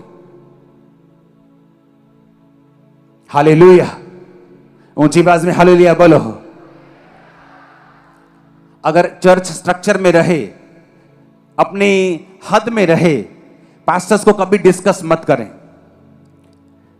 वचन सुने, अच्छा लगे सुने, अच्छा नहीं लगता, आपको लगता है व्यक्ति प्रभु की ओर से नहीं है, त्याग दें, छोड़ दें, लेकिन निंदा ना करें। आपको 1-2 बार किसी को अलर्ट करना है, कर दें, लेकिन अपने मुंह से गालियां बकना, अपने मुंह से गंदगी बकना, ये आपका और मेरा काम नहीं है। और इसीलिए लोग श्रापित होते हैं, सेवकाइयां भी श्रापित होती, पास्टर श्रापित हो जाते। मैं एक पास्टर को जानता हूं, कुछ लोग मुंह के मीठे होते हैं और दिल के कड़वे, कुछ लोग मुंह के कड़वे होते हैं और दिल के मीठे। अलग अलग तरह के लोग होते हैं, आपको पहचानना पड़ता है। वो मुंह का तो बहुत मीठा या मीठी जो भी है था, लेकिन उसका दिल बहुत कड़वा था, ये मैं जानता हूं। वैर विरोध ना छोड़ना, माफ ना करना, पूरा वैर विरोध अंत तक निभाना। और दुनिया नहीं जानती थी, मैं उसको सीक्रेट अंदर से जानता था। पूरी लाइफ टाइम वो पास्टर बीमार रहा है और लोगों को पता नहीं।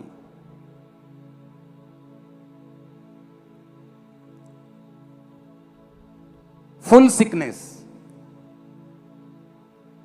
अपनी लाइफ का एंजॉय नहीं कर पा रहा। वो रीजन कड़वाहट, वैर विरोध, नाश करने की भावना, जेलसी रखना। अगर किसी को वो नाश कर सकता है तो वो कर देता कब का, कर देती कब का।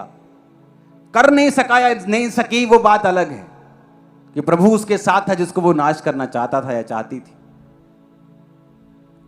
लेकिन प्रभु ने उसे क्या दिया? सदा की बीमारी। आज भी जब वो लोगों पे हाथ रखता है, लोग शिफा पाते हैं, वो उसकी कॉलिंग है। लेकिन प्रभु आपके साथ डील करता है जब आप वैर विरोध और कड़वाहट और निंदा और एक दूसरे की लात खींचना जब तक आप छोड़ते नहीं, वो आपके साथ डील करता है। और अगर आप पास्टर के साथ ऐसा कर रहे हैं फिर तो वो आपको डबल डील करता है। अगर आप विश्वासियों के साथ ऐसा कर रहे हैं तो भी वो आपको पनिश करता है। इसलिए तो वचन में लिखा है कि अगर तू परमेश्वर के शरीर का अंग है, अगर दूसरा अंग दुख पाता है, अगर सिर दुख रहा है तो हाथ भंगड़ा नहीं डाल सकता कि चलो सिर ही दुख रहा है, पैर तो भंगड़ा कर सकते हैं। बंदा कहता नहीं यार मैं नहीं आ सकता पार्टी में, क्या हुआ यार मेरा सिर दुख रहा है। वो नहीं कहता यार मेरा सिर ही दुख रहा है, मेरे टांग थोड़ी दुख रही है, पांव थोड़ी दुख रहा है, चल भंगड़ा डालते हैं। कहता नहीं सिर दुख रहा है, उठ नहीं हो रहा। क्योंकि अगर एक अंग दुख पाता है तो दूसरा अंग भी उसके साथ दुख मनाता है। अगर मैं आपको बोलता हूं आपकी आंखें बड़ी सुंदर हैं तो पूरा शरीर फूल जाता है, वाह। हां, तू गाता बड़ा अच्छा, वाह। तेरी आंखें बड़ी सुंदर है, वाह। तेरा पूरा शरीर खुश हो जाता है। और वचन कहता है अगर एक अंग की बड़ाई होती है दूसरा अंग भी बड़ाई करे।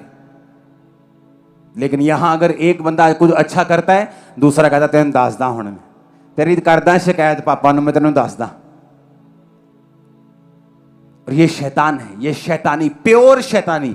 इसे बोलते हैं ना देसी घी और प्योर देसी घी, फर्क होता है ना। एक होता है शैतान, एक होता है प्योर शैतान। ये प्योर शैतान वाले लोग होते हैं और प्रभु इनको सजा देता है। हमेशा हमेशा इन चीजों से बच के रहो, क्योंकि एक स्ट्रक्चर परमेश्वर ने बनाया है, आप उसे तोड़ेंगे। और वचन कहता है जो बाड़ा तोड़ेगा सांप उसको डसेगा, जो बाड़ा तोड़ेगा सांप उसको काटेगा, विष उसको लगेगा और वो मरेगा।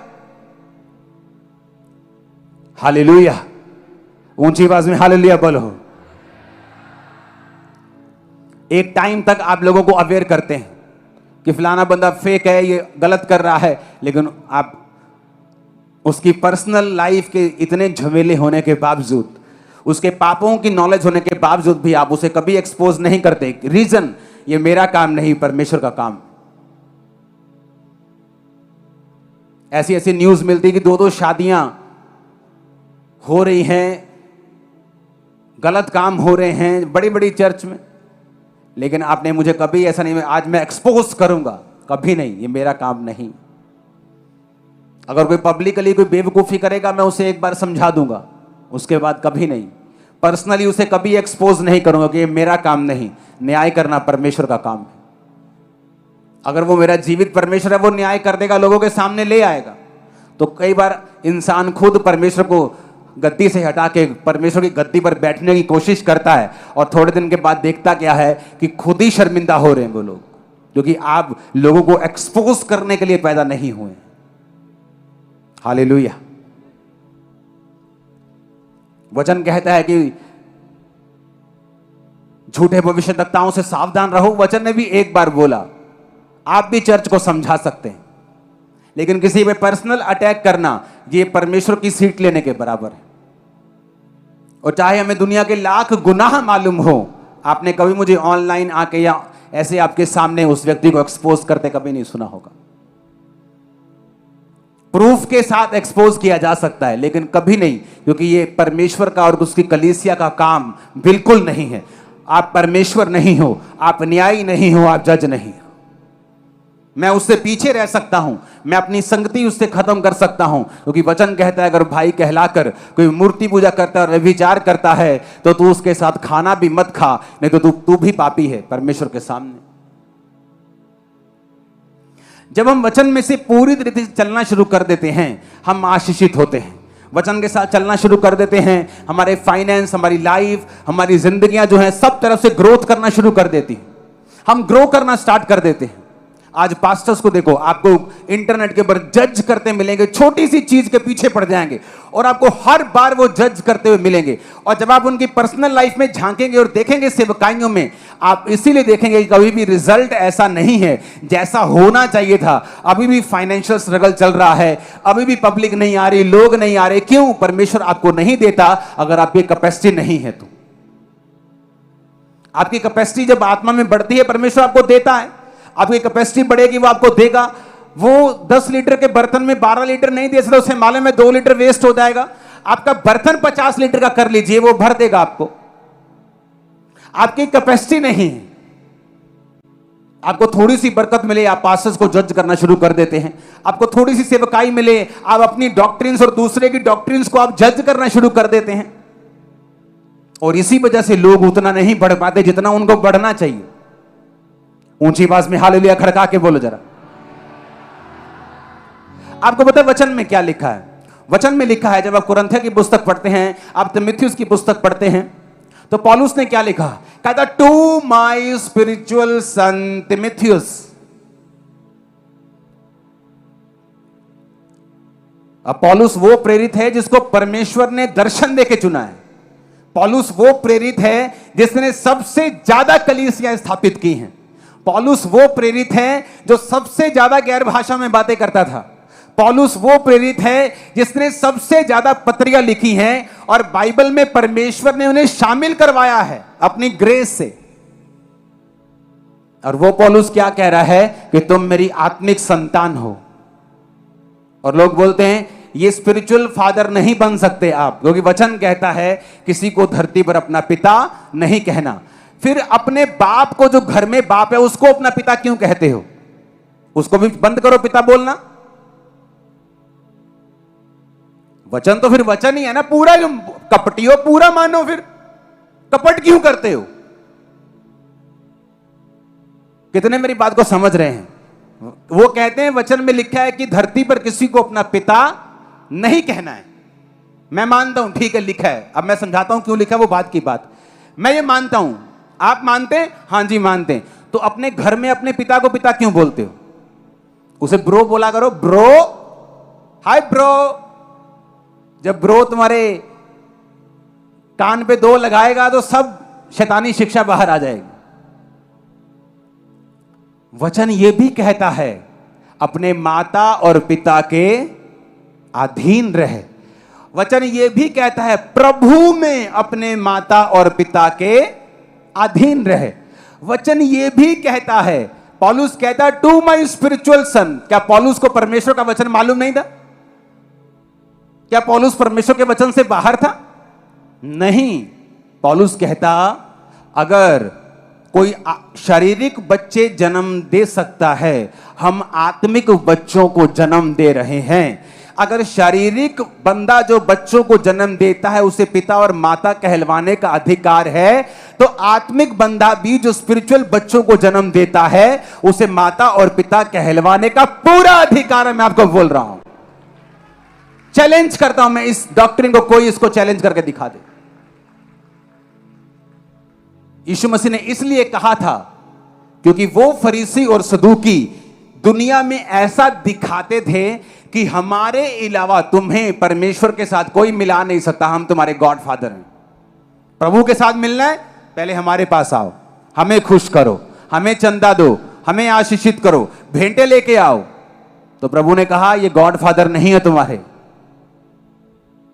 तुम्हारा स्वर्गीय पिता ऊपर है। कितने मेरी बात को समझ रहे? नहीं तो फिर वचन अपने आप को कॉन्ट्राडिक्ट कभी नहीं करता। एक तरफ वचन कहता धरती पर पिता नहीं कहना, दूसरी तरफ वचन कहता धरती पर अपने माता और पिता के अधीन रहे। वचन ऐसा दोगला कभी नहीं है, वचन एक ही है। पौलुस कहता मैं जिस तरह औरत बच्चा जनने तक पीड़ाओं में रहती है, मैं भी पीड़ाओं में रहता हूं, बच्चा जनने की पीड़ाएं। आपको मालूम होगा जो पास्टर्स होते हैं उन्हें भी पीड़ाएं होती हैं स्पिरिचुअल, जब एक बच्चा जन्म ले रहा होता है, जब आपकी लाइफ में परीक्षाएं आती हैं, आपकी लाइफ में बीमारियां आती हैं। आपके पास्टर को पता है वो प्रभु को क्या बोल रहा होता है उस समय और किस तरह से लड़ रहा होता है परमेश्वर के साथ आप लोगों के लिए। वो एक फाइट होती है। हालेलुया। वो आपको मैं समझाने वाला नहीं हूं, वो मैं आपको आगे एक्सप्लेन करने वाला नहीं हूं कि मैं आपके लिए किस तरह से प्रार्थना करता हूं। हालेलुया। कहता टू माय स्पिरिचुअल सन, मेरा आत्मिक पुत्र तीमुथियुस। हालेलुया। उस समय सारे प्रेरित जीवित थे। बाइबल कहती है पतरस पौलुस की पत्रियों को पढ़ता था। पतरस ने अपनी पत्री में पौलुस की पत्रियों की बात की है। उसने कहा पौलुस की पत्रियां बड़ी गंभीर और समझने वाली हैं और लोग उसका उल्टा अर्थ मरोड़कर अपने नाश का कारण बनते हैं। यानी उस पत्रियों को पढ़ता था, पौलुस की पत्रियों को पतरस पढ़ता था। अगर पौलुस गलत होता तो पतरस सीधा उसका सामना करता कि अपने आप को आत्मिक पिता मत बोल। कितने मेरी बातों को समझ रहे हैं? परमेश्वर ने उस पत्री को क्यों अलाउ किया? जब परमेश्वर के दास मूसा के साथ शैतान लड़ रहा था और लोग लड़ रहे थे और राजा लड़ रहा था, मेरे भाइयों, वो मूसा के साथ नहीं लड़ रहे थे, वो प्रजा के साथ लड़ रहे थे। मूसा का क्या जाता? मूसा कौन सा वहां पे लेबर काम कर रहा था? मूसा अपने परिवार में खुश था। मूसा वापिस चला जाता अगर वो फाइट करते तो। मूसा का क्या जाता? लोग उसी बंधन में रहते। आपको क्या लगता है जब शैतान मेरे साथ फाइट करता, मैंने क्या बिगाड़ा लोगों का? वो मेरे साथ फाइट नहीं कर रहा, वो आपके साथ फाइट कर रहा है, क्योंकि आप मेरे साथ अटैच्ड हैं, आप ब्लेस हो रहे हैं, मेरे द्वारा स्पिरिचुअल बच्चों को जन्म दे रहा है परमेश्वर, इसलिए उनके साथ वो फाइट कर रहा है। आप मेरी बात समझ रहे कि नहीं? वो मेरे साथ फाइट नहीं कर रहा, मेरे साथ उसकी कोई पर्सनल लड़ाई नहीं है, लेकिन वो मेरे पीछे आपको देखता है। उसे मालूम है कि लोग इसके पीछे खड़े हैं और परमेश्वर ने इसको ठहराया है। बाइबल कहती है जब वो चरवाहे को मारेगा तो भेड़ें तितर बितर हो जाएंगे। जब परमेश्वर ने पवित्र आत्मा को भेजा तो अगर उसे अगुवे की जरूरत ना होती तो वो कहता कि अब पवित्र आत्मा तुम्हारे संग है, वो तुम्हारी अगुवाई करेगा और मैंने कलीसिया को अपना पवित्र आत्मा दिया है। लेकिन वचन कहता है, परमेश्वर ने कहा मैंने कलीसिया को प्रथम प्रेरित, दूसरे भविष्यद्वक्ता, उपदेशक, प्रचार करने वाले, सिखाने वाले दिए हैं। तो परमेश्वर ने कलीसिया को अगर आत्मा दिया है तो फिर प्रेरित क्यों दिए, भविष्यद्वक्ता क्यों दिए? वचन कहता है प्रेरित और भविष्यद्वक्ताओं की नींव पर तुम बनाए गए हो। जब आप स्ट्रक्चर के नीचे रहते हैं आप ब्लेस्ड होते हैं। आप स्ट्रक्चर के नीचे रहते हैं, परमेश्वर आपको बना पाता है और आशीषित कर पाता है, आपको ब्लेस कर पाता है, और जहां परमेश्वर आपको लेके जाना चाहता है फिर वहां वो आपको ले पाता है, लेके जा पाता है। यीशु मसीह के नाम में वो आपका हाथ पकड़े और ऊंचाइयों पर लेके जाए, जहां वो आपको लेके जाना चाहता है वो लेके जाए। अंधकार की शक्तियां और उसकी योजनाएं नाश हो जाएं यीशु मसीह के नाम में। अंधकार की शक्तियां और उसकी सारी योजनाएं नाश हो जाएं यीशु मसीह के नाम में। मैंने कहा अंधकार की शक्तियां और सारी योजनाएं उसकी नाश हो यीशु के नाम में। Hallelujah, hallelujah. तो अगर कोई ये शिक्षा को मानता है कि धरती पर किसी को पिता नहीं बोलना है तो उसको बोलना है कि ब्रदर आपको पहले ये भी हमें सिखाना पड़ेगा कि आप अपने बाप को बाप नहीं बोलोगे और अपने पास्टर को स्पिरिचुअल फादर नहीं बोलोगे, ठीक है, लेकिन आप अपने घर में बाप को भी बाप नहीं बोलोगे, तब हम मानेंगे कि आप इस शिक्षा पे चल रहे हैं। फिर मैं देखता हूं कितनी देर तक चलता है। उसे अंदर से पवित्र आत्मा डांटेगा, उसे अंदर से समझाएगा, क्योंकि कुछ चीजें स्पिरिचुअल लगती हैं वो होती नहीं, क्योंकि एक रिलीजियस स्पिरिट होती है जो काम करती है। जो धार्मिक स्पिरिट है, रिलीजियस स्पिरिट है, ये एक तरह की दुष्ट आत्मा है, और जो व्यक्ति आत्मा में बढ़ जाते हैं ये उनकी लाइफ में काम करती है, ये दिखाने के लिए कि हाँ तू जो काम कर रहा है ना बड़ा धर्म का काम है, एक्सपोज कर दे फलाने को, धमकाने को। लेकिन वो रिलीजियस स्पिरिट होती है, ऐसी शैतानी स्पिरिट होती है जो आपको धार्मिक ओवर स्पिरिचुअल बना देती है, लेकिन आप स्पिरिचुअल नहीं होते, आप वचन से बाहर होते हैं। यह भी एक दुष्ट आत्मा है, और ये वाली दुष्ट आत्मा पास्टर नहीं निकाल सकता। इस दुष्ट आत्मा के लिए आपको वचन की नॉलेज चाहिए होती, क्योंकि ये छुप के रहती है। ऊंची आवाज में हालेलुया बोलो जरा। और ये जो रिलीजियस स्पिरिट है ये ऐसे साबित करती है, ऐसे शो करता है कि मैं दुनिया का सबसे बड़ा धर्मी पास्टर हूं और बाकी सब पापी हैं। मेरे आने के बाद ये रुक गया, मेरे जाने के बाद वो ऐसा हो जाएगा, जब से मैं आया हूं धरती हिल गई, आसमान हिल गया। लोग बोलते हैं आपके आने के बाद जी ये हो गया। मैंने कहा मेरे आने से पहले हजारों पास्टर्स ने प्रार्थनाएं की हैं कि ऐसा हो। मैंने कहा ये उनकी भी प्रार्थनाओं का परिणाम है। हालेलुया।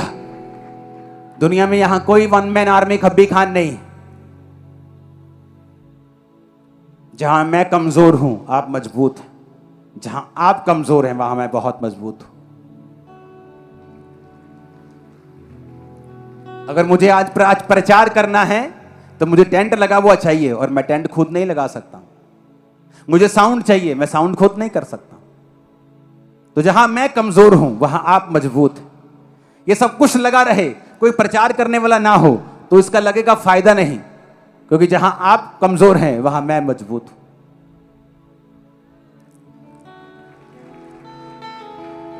तो किसी को छोटा समझना, किसी को तुच्छ समझना, जिस पास्टर ने मुझको बपतिस्मा दिया उसके चर्च में 30-35 लोग आते हैं, आज भी मैं उसके साथ जुड़ा हुआ हूं, पूरी चर्च उनकी मैंने बना के दी है। हालेलुया। इसीलिए हमें यह समझना है कौन सी स्पिरिट कहां काम कर रही है, हमें किस तरह से अपनी स्पिरिचुअल लाइफ में एक बैलेंस बना के रखना है ताकि शैतान किसी भी तरह से काम ना कर सके। क्योंकि जब आप स्पिरिचुअल बनने की कोशिश करेंगे वो आपको ओवर स्पिरिचुअल बनाने की कोशिश करेगा। जब आप स्पिरिचुअल बनने की कोशिश करेंगे या तो गिराने की कोशिश करेगा या आपको ओवर धर्मी बनाने की कोशिश कर देगा। अब वो कपड़े चेंज करा देगा, बाल चेंज करा देगा, जबकि परमेश्वर को कपड़ों से कोई मतलब नहीं है। मैंने व्हाइट कपड़े पता क्यों डाले? क्योंकि जो मेरी शर्ट्स थी और पैंट्स थी वो ब्रांडेड थी, बहुत महंगी पड़ती थी मुझको। तो जब एक ब्रांडेड शर्ट और पैंट और कोट आता था तो वो हजारों में एक सूट पड़ता था। मैंने कहा यार इतने हजारों में मेरा हर हफ्ते खर्चा करते हो, इसको नीचे करो। मैंने कहा कैसे करो? कुर्ते पजामे सिलवाओ, मैचिंग का काम खत्म करो, चट्टा पाओ तो चलो। जो लोग बोलते हैं ओ पहला तो यार कुछ नहीं सी हूं तो कुर्ते, ओ भाई पहला महंगे सी कपड़े। आज भी शर्ट्स पड़ी हैं मेरे पास, ब्रांडेड शर्ट्स हैं, उनका कपड़ा बड़ा है, 4-4 हजार 5-5 हजार सिर्फ कपड़ा आता था उनका। आज भी पैंट्स पड़ी, शर्ट्स पड़ी, एक भी शर्ट आप 10 साल पुरानी बोलोगे ना निकालो कि आप झूठ बोल रहे, मैं निकाल दूंगा। उनकी कीमत तब हजारों में होती थी, आज तो कई हजार में होगी, तो महंगी पड़ती थी। मैंने कहा छोड़ो यार इसको, ये मैच करो वो मैच करो, चिट्टे सूट ले आओ, पाइए तो जाइए, काम खत्म। तो ये सस्ते पड़ते हैं मेरे को, उससे कई अधिक सस्ते पड़ते हैं मेरे को। हालेलुया। तो लोगों को मालूम नहीं होता कि क्या हो रहा है, कि बाइबल कहती है परमेश्वर का जन किसी से जज नहीं होता, परंतु वो सबको जज कर सकता है। आपको लोग जज करने जाएंगे, शर्मिंदा होंगे, लेकिन जब आप जज करेंगे, मैं बोल रहा हूं भाई साहब, कपड़े कम पड़ जाएंगे उनके पास। हालेलुया। परमेश्वर ने आपको एक स्ट्रक्चर, एक सिस्टम दिया, उसके नीचे रहने के लिए तैयार हो? संबंध खुदा के साथ बनाने के लिए तैयार हो? परमेश्वर के मैनेजमेंट के नीचे रहने के लिए तैयार हो? खुद परमेश्वर के साथ जुड़ने के लिए तैयार हो? अपने हाथों को उठा, थैंक यू जीसस बोलो। हम कोई पाक रूह के सॉन्ग को गाएंगे, सब जन खड़े हो जाओ।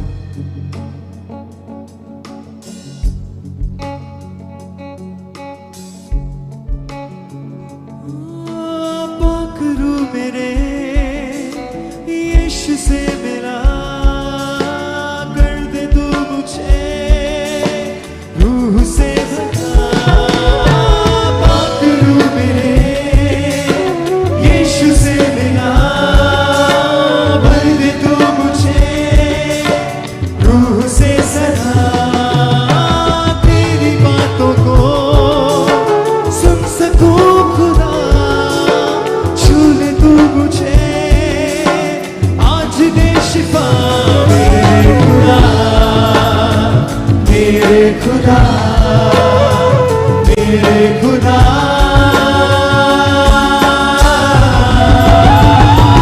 यीशुआ,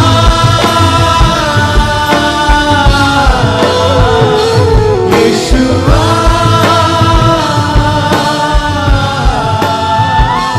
यीशुआ,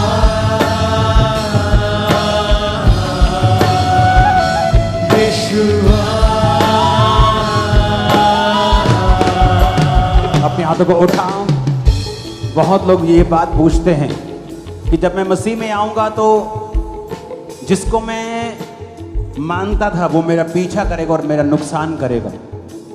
इसका मतलब ये है कि अभी तक आपने परमेश्वर की पावर को समझा और पहचाना नहीं है। यीशु मसीह ने कहा मैं सर्वशक्तिमान हूं, मैं उनको भी जो तुझे दुख देते थे मैं उनको दुख दूंगा, उस शैतान को भी मैं दुख दूंगा जिसका तू पीछा करता था। आज मैं नहीं जानता मैं किससे बात कर रहा हूं, लेकिन मैं ऐसे लोगों को देख रहा हूं जो दूर से आए हैं, पहाड़ी इलाकों से, और परमेश्वर का आत्मा मुझसे यह कह रहा है कि अगर ये लोग परमेश्वर को फॉलो करेंगे पूरे मन से और तन से, बिना डरे हुए, तो परमेश्वर का आत्मा आपको छुड़ाएगा पूरी रीति के साथ। आप सारे श्रापों से और बीमारियों से और गरीबी के श्रापों से आप छुड़ाए जाएंगे यीशु मसीह के सामर्थ्य नाम में। इस सॉन्ग में जब आप वर्शिप कर रहे होंगे, परमेश्वर का आत्मा आपके बंधनों को तोड़ रहा होगा।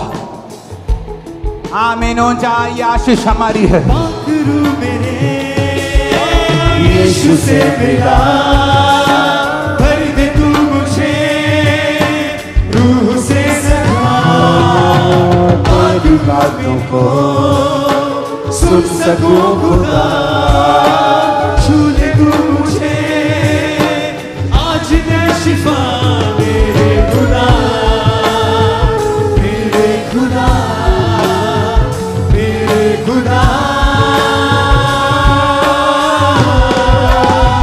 मेरे खुदा, मेरे खुदा, मेरे खुदा,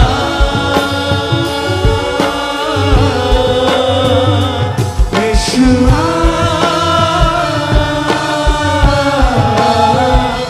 यीशुआ। सुना, परमेश्वर का रूह जब आप ये वर्शिप कर रहे हैं आपके परिवारों को छू रहा है। पाखरू मेरे यीशु से मिला, छू ले तू मुझे आज से शर्मा, पाखरू मेरे यीशु से मिला। अगर आप चाहते हो मैं ले हैंड करूं, अपनी अपनी जगह खड़े हो जाओ, नहीं तो मैं चला जाऊंगा, आपको फायदा नहीं होगा। मैं जा रहा हूं, अपनी अपनी जगह खड़े हो जाओ। वो आज आपको छुड़ा रहा है। उस ऑयल को अपनी बीमारी वाली जगह पे लगा लो, अपने सिर पे लगाओ, अपनी बॉडी पे लगाओ, पैरों पे लगाओ, घुटनों पे लगाओ, जहां रोग है वहां लगाओ, मसा चाहिए माथे पे लगाओ। उस अभिषेक को मैं कमांड करता हूं राइट नाउ, सब प्रकार की दुष्ट आत्माएं जैसे ही वो ऑयल तुम्हारे सिरों पे जाए, यीशु के नाम में आउट हो जाए इन द नेम ऑफ जीसस। दुष्ट आत्माएं मैं कमांड करता हूं आउट हो जाए, निकल आए, out out out out out out. यीशु के नाम में बाहर आ जा। आज यीशु की आग यहां मौजूद है और तू बच नहीं सकता। इन the name of Jesus out, in the name of Jesus out, in the name of Jesus out, in the name of Jesus out. Holi ghost, Holi ghost, Holi ghost, Holi ghost, Holi ghost, Holi ghost, Holi ghost, Holi ghost, Holi ghost, Holi ghost.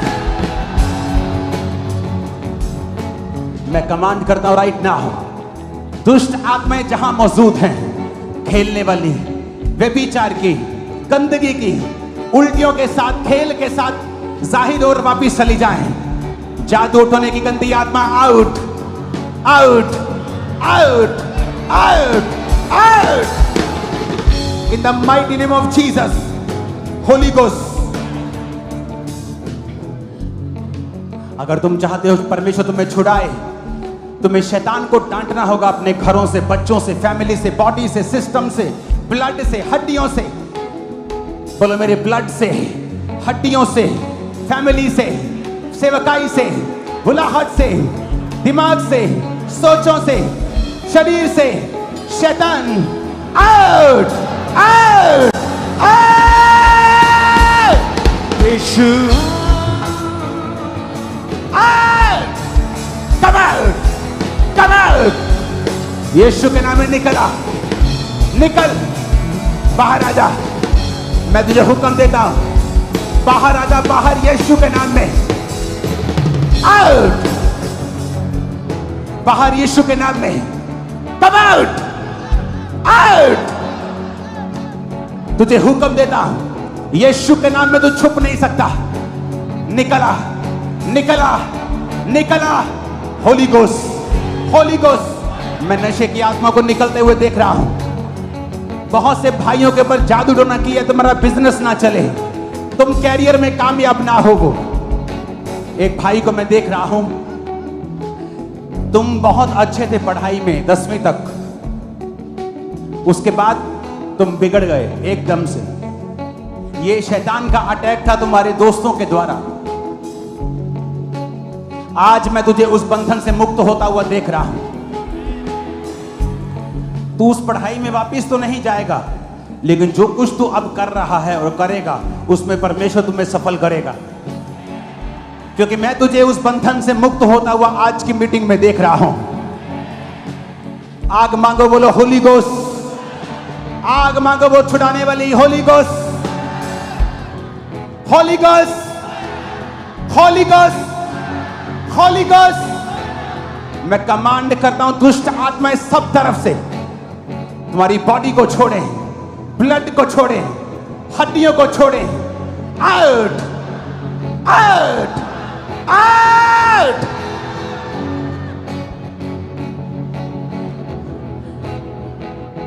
तुम्हारे liver को छोड़ के वो बाहर आ रहे हैं, तुम्हारे brain को छोड़ के बाहर आ रहे हैं। तुम डर की आत्मा से मेरी बहन आजाद हो रही हो, फियर स्पिरिट से आजाद हो रही हो।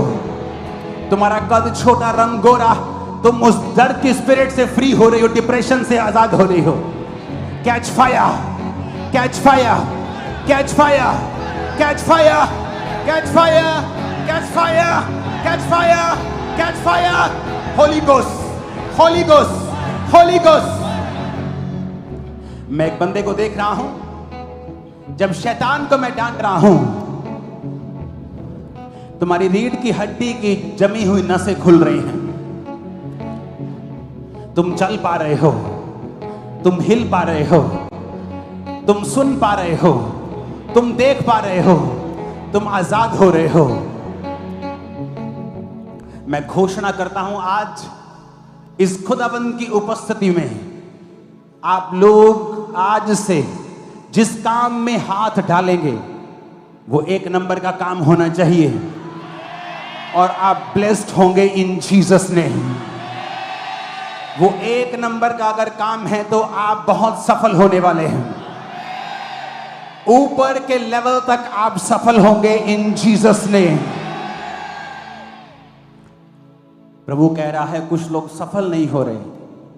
उनको परमेश्वर ने कहा, मैंने प्लेटफॉर्म दिया है, मैंने उन्हें काम दिया है, लेकिन वो ओवर स्पिरिचुअल हैं, लोगों पे ज्यादा भरोसा करते हैं, ओवर स्पिरिचुअल, और वो प्रभु के दिए हुए काम का और अपॉर्चुनिटी का फायदा नहीं उठा रहे, और शैतान उससे खुश हो रहा है। जब बिजनेस करना है तो बिजनेस की तरह करना है, उसमें एक्सीलेंट बनना है। अपने हाथों को उठा, मेरा परमेश्वर। नहीं, तुम सिर्फ हाथों को उठाओ, मैं तुम पे डिक्लेयर करूंगा। ओके, अपने हाथों को उठा। मेरा परमेश्वर इन हाथों के ऊपर अपना मसा, अपनी शक्ति, अपनी बरकत को भेजे। आज से ये हाथ जिस काम पर लगे वो काम कभी फेल ना हो, यीशु मसीह के नाम। हर अनफ्रूटफुल आदमी, आदत, गंदी आदत जो तुम्हें फ्रूटफुल होने से रोकती है, तुम्हारी लाइफ को छोड़ के, ब्रेन को छोड़ के आउट हो जाए right now in Jesus name. प्रभु का आत्मा कह रहा है, उसने चर्च को ग्रेस दी है, लेकिन जब आप अगले संडे इस घोषणा की गवाही के साथ वापस आएंगे, तब ये चर्च को मालूम होगा, वैसे नहीं मालूम होगा। तो परमेश्वर का ये कहना है, उसकी आत्मा का ये कहना है कि इन घोषणाओं के मुताबिक जो गवाहियां आपकी बनेगी, चाहे वो छोटी हो बड़ी हो, आप संडे देंगे। फिर क्या होगा, लोगों को घोषणा की पावर महसूस होगी कि वो क्या है। और जब घोषणा हुआ करेगी, घोषणाएं हुआ करेंगी, लोग उसको सीरियसली एक्सेप्ट करके आमीन बोलकर उस पर एक्ट किया करेंगे और ज्यादा गवाहियां आएंगी। अपने हाथों को उठा लो। आज से जिस काम पर ये हाथ लगे वो काम कभी फेल ना हो। आपकी लाइफ में कभी शर्मिंदगी एंटर ना कर पाए इन जीसस नेम। मैंने अपनी लाइफ में कभी शर्मिंदगी नहीं देखी। ये सेम ग्रेस आज आपके सिरों पे आए। हाथ सिर पे रख लो। Catch that grace right now. Catch that grace.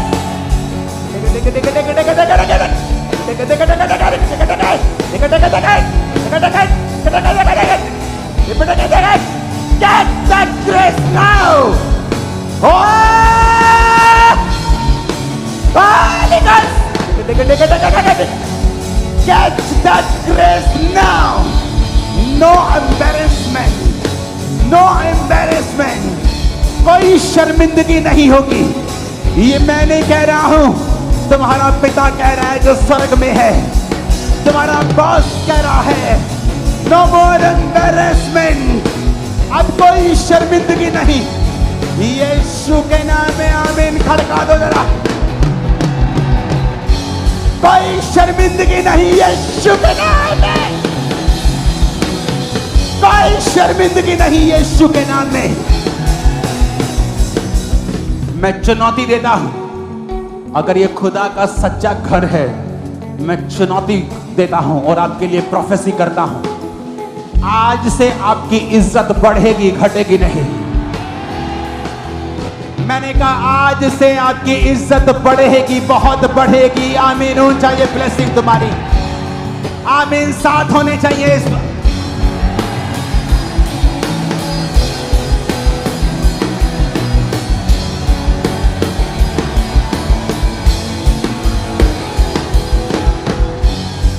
Right now. ये टाइम आ चुका है, हम बीमारों के लिए प्रार्थना करें। अगले 5 मिनट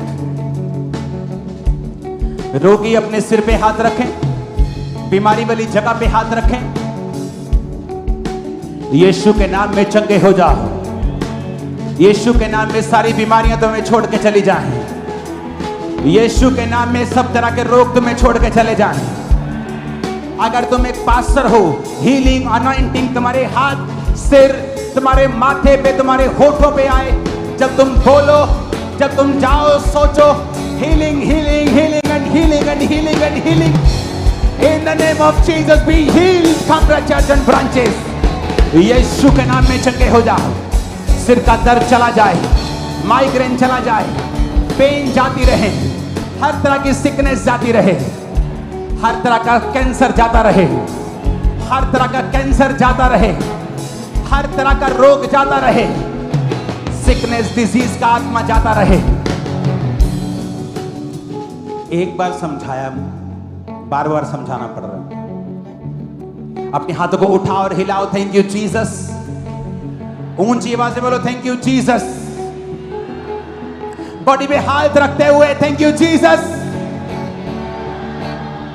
ब्लड के रोग जा चुके हैं। खुदावंद कहता आमीन खड़काओ जोर से जरा। आमीन हो जाए। रोग जा रहे यीशु के नाम में। मैं यीशु के ब्लड को आप लोगों के ऊपर छिड़कता हूं। यीशु के ब्लड की घोषणा, उसके पावर की घोषणा करता हूं। Sickness out in Jesus name. बीमारी चली जाए यीशु के नाम में। जिनके पट्टे लगे हैं, बेल्ट्स लगे हैं, यीशु के नाम में चंगे हो जाओ। आंखें चंगी हो जाएं, अंधी गूंगी बहरी आत्माएं निकल जाएं यीशु के नाम में। कान चंगे हो जाएं यीशु के नाम में। आंखें चंगी हो जाएं यीशु के नाम में। ब्रेन चंगे हो जाएं, टीबी चली जाए ब्रेन की, रीढ़ की हड्डी की, पेट की, लीवर की, सब तरह की टीबी, फेफड़ों की, छाती की, यीशु के नाम में चली जाए। तुम्हारे घरों से बीमारी की दरिद्रता खत्म हो जाए। तुम्हारे घरों से ये बीमारियां निकल जाएं यीशु के नाम में। तुम्हारे घरों से ये बीमारियां निकल जाएं यीशु के नाम में। परमेश्वर का आत्मा मुझसे कह रहा है, मैं आपसे कहूं, जब एक चीज का हल नहीं हो रहा तो सेवा करो और बड़ी सेवा करो। कुछ परिवारों में बीमारियां दिखा रहा है प्रभु और कह रहा है जब तक ये सेवा नहीं करेंगे ये बीमारियां नहीं जाएंगी। आपको सेवा करनी है, सुसमाचार फैलाना है, खुदा का काम करना है, घर में बैठे नहीं रहना। इसके लिए नहीं बुलाए गए तुम। अपने हाथों को उठा। आज से जो सेवा करेंगे, सुसमाचार को फैलाएंगे, खुदा का नाम लेके जाएंगे, खुदा उनके मसलों को हल करेगा। खुदा उनके मसलों को हल करेगा। तुम्हारे मसले हल हो गए। आमीन ऊंचे वाला चाहिए। मैंने कहा तुम्हारे मसले हल होंगे यीशु मसीह के सामर्थी नाम में। अपने होंठ को खोलो, बीमारी का नाम लेके बोलो यीशु के नाम में चली जा। मैं कमांड करता हूं सब रोग निकले। कमांड करता हूं सब प्रकार की हड्डियों के रोग निकल जाएं, ब्लड के रोग निकल जाएं, सिर के रोग, आंखों के रोग निकल जाएं, अंधी गूंगी बैरी आत्माएं निकल जाएं, कमजोरी की आत्माएं, दुर्बलता की गंदगी आत्माएं निकल जाएं। यीशु के नाम में चंगे हो जाओ और आजाद हो जाओ। यीशु के नाम में चंगे हो जाओ और आजाद हो जाओ। आमीन ऊंचा बरकत तुम्हारी। यीशु के नाम में रोग तुम्हें छोड़ के जाते रहें, बीमारियां तुम्हें छोड़ के जाती रहें। आमीन ऊंचा, ये आशीष हमारी है। मैंने कहा आमीन ऊंचा, ये आशीष हमारी है।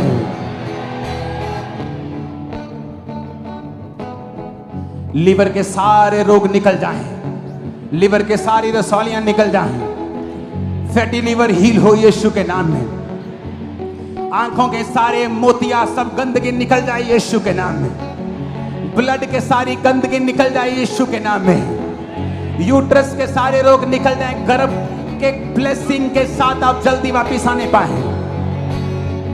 अगले महीने नहीं, अगले संडे तक आप प्रेग्नेंट होंगे और आप देखेंगे अपने टेस्ट को और हैरान होंगे। और अगले संडे आप गवाही के साथ वापस आने वाली हैं। अपना टेस्ट करना भूलना नहीं, क्योंकि यीशु मसीह का आत्मा तुम्हें आज छू रहा है। और गर्भ का फल यहोवा की ओर से प्रतिफल है। Receive that fruit in the name of Jesus. Receive in the name of Jesus. Receive that fruit in the name of Jesus. जो अपने लिए रिसीव नहीं कर रहा वो दूसरे के लिए रिसीव कर सकता है।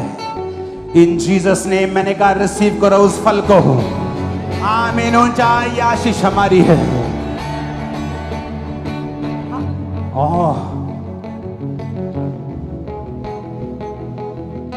तारीफ करो, जोर से अपने हाथों को उठा। खुदावंद बड़े काम हमारे बीच में कर रहा है, बहुत बड़े।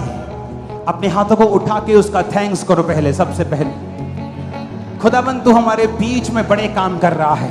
तू लंगड़ों को चला रहा है, तू अंधों को आंखें दे रहा है, तू क्रिपल रोगियों को जो कभी नहीं चले उन्हें चला रहा है।